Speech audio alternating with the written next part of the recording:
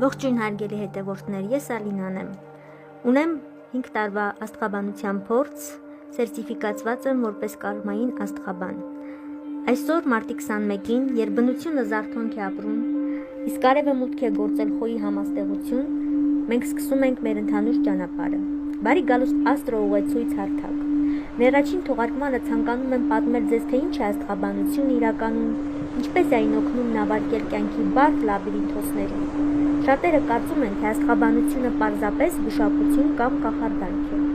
սակայն իրականում հնագույն գիտություն է, որը երկար ժամանակ գաղտնի է պահվել մարդկանցից։ Այսօրվանից ես ձեզ կպատմեմ, թե ինչպես է այս հնագույն գիտությունը կապում մեզ տիեզերական ռիթմերին ու մեր անհատականությանը, եւ ինչու է կարևոր հասկանալ մոլորակների լեզուն։ Մենք կքննարկենք նաեւ մի շատ կարևոր հարց. ինչու է Աստվածաշնչում աստղաբանությունը զետեղվել գուշակությունների կամ կախարդանքի շարքում։ Քանի որ Աստվածաշունչը իր բնույթով նման է բարձրագույն մաթեմատիկային, մենք սկզբում կսովորենք պարզ մաթեմատիկա, այսինքն աստղաբանություն։ Փաստերով եւ մանրամասն խոսելով բոլորիս համար պարզ կդառնա, թե ինչու է Սուրբ գրքում այն ներկայացվել հենց այդ տեսանկյունից։ Ես գիտեմ, որ սոցիալական ցանցերում դուք տեսել ու լսել եք բազմաթիվ աստղաբանների, սակայն հավաստիացնում եմ, այնինչ կանենք միասին կտարբերվի բոլորից։ Այժմ ձեր էկրաններին դուք տեսնում եք Ուիլյամ Լիլիի լուսանկարը։ Նա անգլիացի մեծագույն գիտնական է, պատմության մեջ ամենահայտնի աստղաբաններից մեկը։ Լիլին հայտնի է հատկապես իր քրիստոնեական աստղաբանության աշխատությամբ։ Այո, դուք ճիշտ լսեցիք, հենց քրիստոնեական աստղաբանությամբ։ Նա նաև բացահայտել է խարար կանխատեսումը։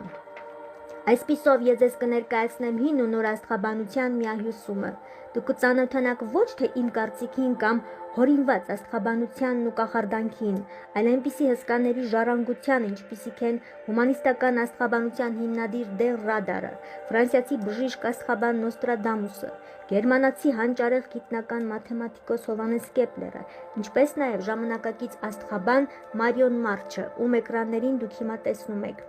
Ես բլոգեր չեմ։ Այս հարթակի ստեղծման նպատակը 3-ն են։ Առաջինը՝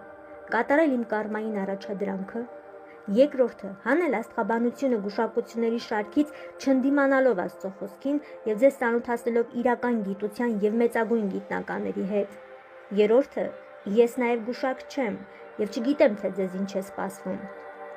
Դա գիտեք միայն դուք, քանի որ ձեր ապագան կախված է ձեր իսկ գործողություններից։